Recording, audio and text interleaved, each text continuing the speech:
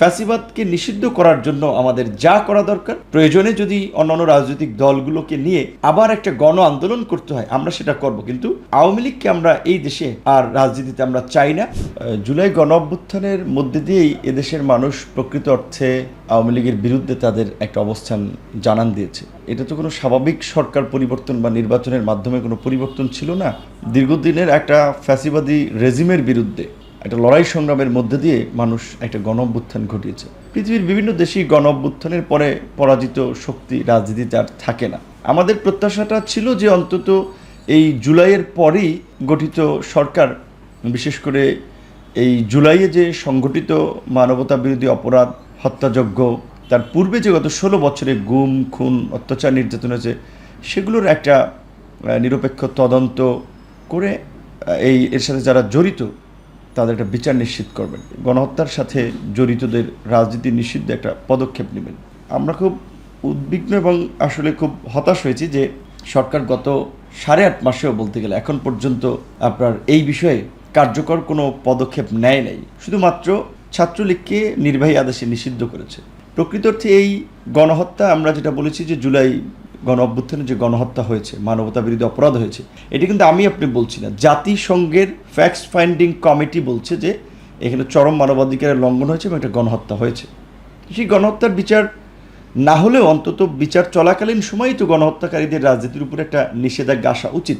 শুরুতে আমরা প্রধান উপদেষ্টা একবার আপনার মিউনিক সম্মেলনে সম্ভবত সাইডলাইনে একটা বিদেশি গণমাধ্যমের সাথে ইন্টারভিউতে বলেছেন যে একটা বৃহৎ রাজনৈতিক দল বিএনপি চাচ্ছে না আওয়ামী লীগ নিষিদ্ধ হোক।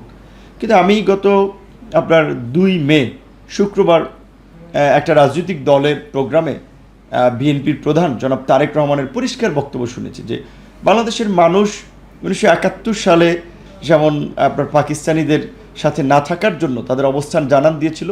ওয়ালটন আবারো মিলিয়নিয়ার অফারে ওয়ালটন ফ্রিজ কিনে আপনিও হয়ে যেতে পারেন মিলিয়নিয়ার।